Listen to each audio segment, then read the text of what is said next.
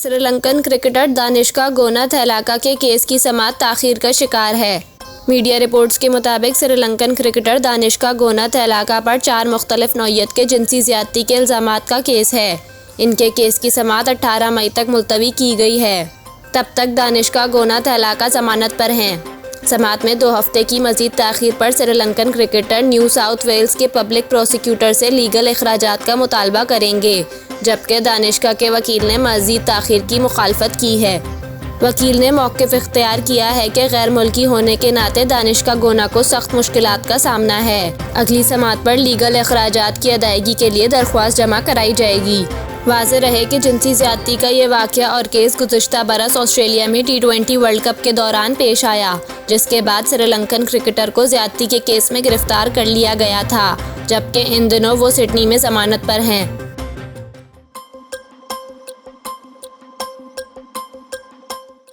Supreme court ने practice and procedure act के खिलाफ आईनी दरख्वास्तों पर समाअत का तहरीरी हुक्म जारी कर दिया। चीफ जस्टिस की सरबराही में 8 रुकनी बेंच ने 2 मई को केस पर समाअत की थी, जिसका तहरीरी हुक्म जारी किया गया है। अदालती हुक्म में कहा गया है कि एक्ट बनने के बाद दाखिल नई आईनी दरख्वास्तों पर भी नोटिस जारी किया जाता है। दरख्वास्तों में अहम आईनी नुकात उठाए गए हैं।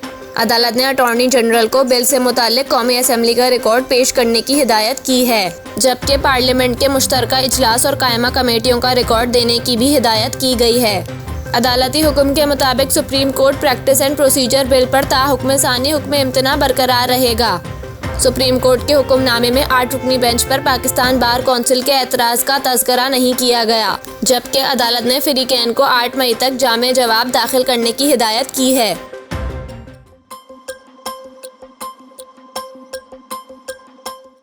पाकिस्तान टीम के ओपनर बैट्समैन इमामुल हक का कहना है कि फ़खर जमान बोलते बहुत कम हैं और बाबर आजम चुप नहीं करते। न्यूजीलैंड के खिलाफ तीसरे वनडे की फतह के बाद की गई प्रेस कॉन्फ्रेंस के दौरान एक सहाफ़ी ने इमामुल हक से फ़खर जमान और बाबर आजम से मैच में होने वाली अंडरस्टैंडिंग से मुताल्लिक सवाल किया, जिस पर इमामुल हक ने बताया कि बाबर और फ़खर जमान दोनों एक दूसरे से बिल्कुल मुख्तलिफ हैं, क्योंकि फ़खर बोलता नहीं है और बाबर चुप नहीं करता। इमामुल हक ने बताया कि दोनों के साथ बैटिंग के दौरान मेरी अंडरस्टैंडिंग एक मुख्तलिफ कॉम्बो है, क्योंकि बाबर आजम मुझे अच्छे से जानता है, तो इन्हें पता चल जाता है कि मैं क्या सोच रहा हूँ।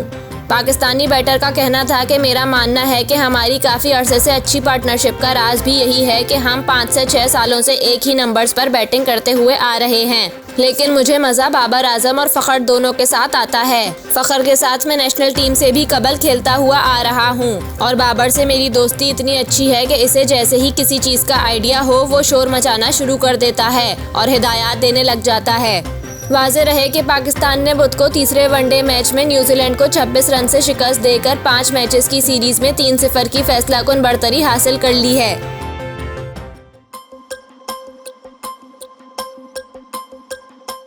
आलमी बैंक ने human capital review research report का अजरा कर दिया।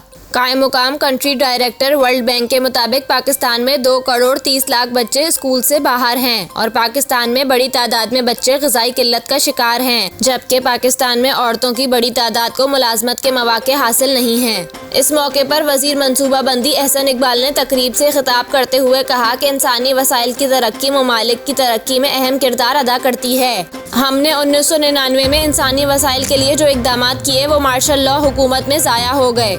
एहसन इकबाल ने यह भी कहा कि हमारी हुकूमत ने 2013 में इंसानी वसाइल के लिए दोबारा इक़दामात शुरू किए।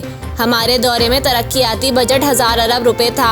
रवा माली साल तरक्याती बजट कम होकर 727 अरब रुपए हो गया, मगर हमारा इंफ्रास्ट्रक्चर गरीब तरीन ममालिक की तरह है। उन्होंने मजीद कहा कि सैलाब से पाकिस्तान को 30 अरब डॉलर का नुकसान पहुंचा। IMF प्रोग्राम की शराइत सैलाब से कबल तय हुई थी। सैलाब के बाद पाकिस्तान इनमें से कुछ शराइत पर अमल दरामद नहीं कर सकता। IMF प्रोग्राम की अदम मौजूदगी से गैर यकीनी सूरत हाल बढ़ी। इसके अलावा मुल्क में तवानाई की कीमत कम करने और गरीब लोगों को गुर्बत से निकालने के लिए इक़दामात की ज़रूरत है।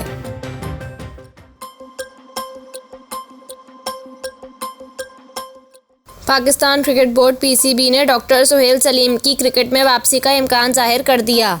ज़राए के मुताबिक चीफ मेडिकल ऑफिसर की मौजूदगी में PCB ने director medical and sports science का ओहदा मुतारिफ करा दिया, जिसके लिए doctor Suhail Saleem director medical and sports science के ओहदे पर वापस आ सकते हैं। डॉक्टर सुहेल सलीम की पाकिस्तान क्रिकेट बोर्ड में आला ओहदेदारान से मुलाकातें हो चुकी हैं।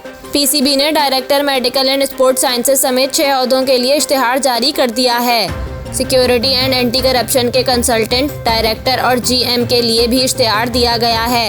इसके अलावा manager security, senior manager anti corruption के लिए भी इश्तिहार जारी किया गया है। वाज़ेह रहे कि डॉक्टर सुहेल सलीम एहसन मानी के दौरे में हेड ऑफ मेडिकल डिपार्टमेंट के ओहदे से अलग हो गए थे।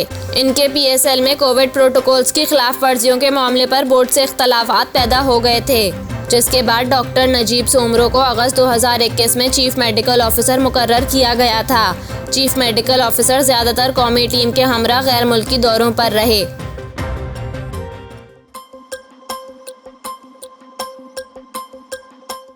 इस्लामाबाद हाई कोर्ट में साबिक वजीर आज़म इमरान खान की जमानत की दरख्वास्तों पर समाअत आज होगी। चीफ जस्टिस आमिर फारूक की सरबराही में 2 रुकनी बेंच दिन 2 बजे समाअत करेगा, जिस सिलसिले में इमरान खान लीगल टीम के हमरा अदालत में पेश होंगे। गुज़िश्ता रोज इमरान खान टांग में सूजन और दर्द के बायस पेश नहीं हुए थे। अदालत ने इमरान खान की उबूरी जमानत में आज तक तौसीह की थी। वकील सलमान सफदर ने इमरान खान की आज हर सूरत में पेशी की यकीन दहानी कराई थी। जिला इंतजामिया और पुलिस की जानिब से सिक्योरिटी के सख्त इक़दामात किए जाएंगे। कोर्ट रूम नंबर 1 में वकला सहाफ़ियों का दाखिला खुसूसी पास के जरिए होगा, जबकि इमरान खान के साथ 15 वकला को कमरा अदालत जाने की इजाज़त होगी। इसके अलावा अटॉर्नी जनरल और एडवोकेट जनरल ऑफिस से 10 वकला कमरा अदालत में जा सकेंगे। हाई कोर्ट जर्नलिस्ट एसोसिएशन के 30 मेंबरान को कमरा अदालत जाने की इजाज़त होगी। किसी भी गैर मुतल्लिका शख्स की अहाता अदालत में दाखिले पर पाबंदी होगी। पुलिस और दीगर सिक्योरिटी इदारों की भी भारी नफरी सिक्योरिटी पर तैनात होगी।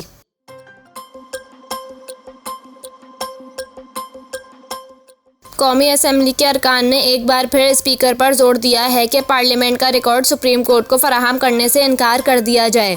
कौमी असम्बली का इजलास स्पीकर राजा परवेज अशरफ की ज़ेर सदारत हुआ, जिसमें सुप्रीम कोर्ट के जजेस के मामले पर गर्मा गर्म बहस जारी रही। वज़ीर दिफा ख्वाजा आसिफ ने नुक्ता एतराज़ पर बात करते हुए कहा कि 2 आईनी इदारे आमने सामने आ चुके हैं। जस्टिस मुनीर से लेकर आज तक आइन के साथ क्या कुछ होता रहा है। हम तारीख के दौराहे पर खड़े हैं, अदालत के साथ हैं, लेकिन दायरा इख्तियार की खिलाफ वर्जी के खिलाफ हैं। साबिक वज़ीर आज़म शाहिद खाकान अब्बासी ने कहा कि सुप्रीम कोर्ट ने रिकॉर्ड मांगा है और हमने इनकार कर दिया। हाउस का रिकॉर्ड इस ऐवान की प्रॉपर्टी है, ऐवान से पूछे बगैर रिकॉर्ड नहीं दिया जा सकता। इस मामले पर पूरे ऐवान की कमेटी बनाई जाए, जिसके सामने चीफ जस्टिस को बुलाया जाए।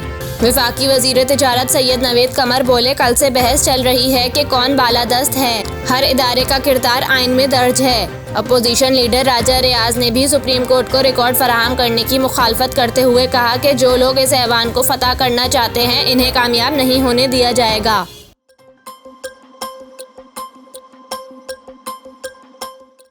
MQM पाकिस्तान के कन्वीनर खालिद मकबूल सिद्दीकी ने कहा है कि अगले मई तक हम ऐसी MQM ढूंढ लेंगे जिसकी हमें तलाश है। कराची में मजदूर कन्वेंशन से खिताब करते हुए खालिद मकबूल सिद्दीकी ने कहा कि पाकिस्तान में सोशलिज्म के नारे जागीरदार लगाते हैं।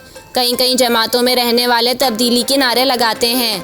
अपनी जागीर की हिफाजत करने वाले कभी निज़ाम की हिफाजत नहीं कर सकते। उन्होंने कहा कि अगले मई तक हम ऐसी MQM ढूंढ लेंगे जिसकी हमें तलाश है। तंजीम हमारी ज़रूरत के मुताबिक तब्दील होगी या फिर हम तंजीम की ज़रूरत के मुताबिक तब्दील हो जाएंगे।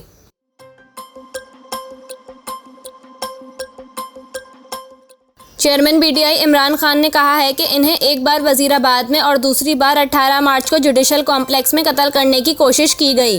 इस्लामाबाद हाई कोर्ट में पेशी के लिए रवानगी से कबल इमरान खान ने कहा कि अदालतों का एहतराम करते हैं, पाँव में सूजन के बावजूद पेश होऊंगा। इनकी तरह नहीं, जिनकी मर्जी का फैसला ना आए तो जजेस के खिलाफ प्रोपागेंडा करते हैं। उन्होंने कहा कि 3 रोज़ पहले लाहौर हाई कोर्ट में कहा है कि मुझे कत्ल करने की कोशिश की गई है। एक बार वजीराबाद में और दूसरी बार 18 मार्च को जुडिशल कॉम्प्लेक्स में कत्ल करने की कोशिश की गई। साबिक वजीर आज़म इमरान खान का कहना था कि तमाम पाकिस्तानी हफ्ते को चीफ जस्टिस से इजहार यकजहती के लिए 1 घंटे के लिए बाहर निकलें। इस वक्त माफिया चीफ जस्टिस के पीछे हाथ धोकर पड़ा हुआ है और माफिया ने सुप्रीम कोर्ट को तकसीम किया हुआ है। उन्होंने कहा कि PDM वाले आइन की धज्जियां उड़ा रहे हैं। 90 रोज के अंदर इलेक्शन होने थे, लेकिन ये इलेक्शन से भाग रहे हैं।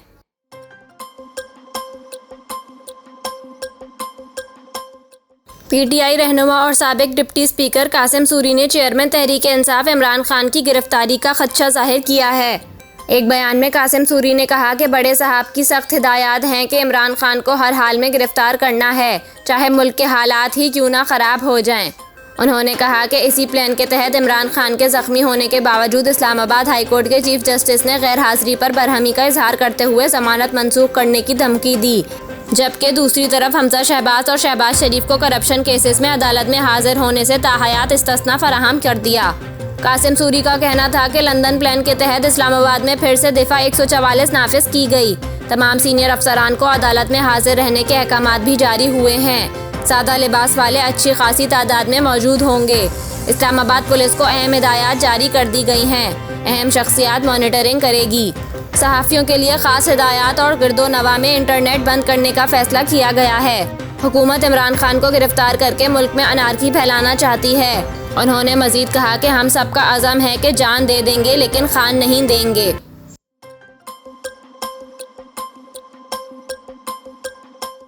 कराची में 17 साला नौजवान क्लिफ्टन में प्लेलैंड में झूले से गिरकर जाँ बहक हो गया।